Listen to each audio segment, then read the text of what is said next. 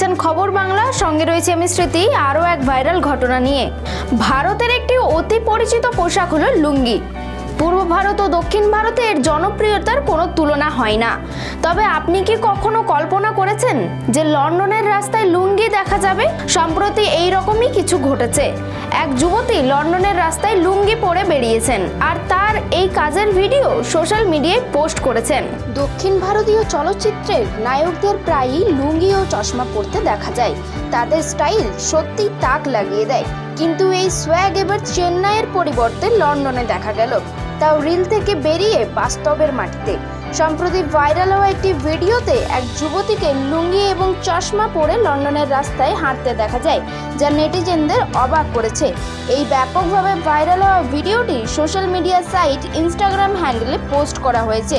জানা গিয়েছে ভিডিওর মেয়েটি বহু বছর ধরে লন্ডনে বসবাস করছেন।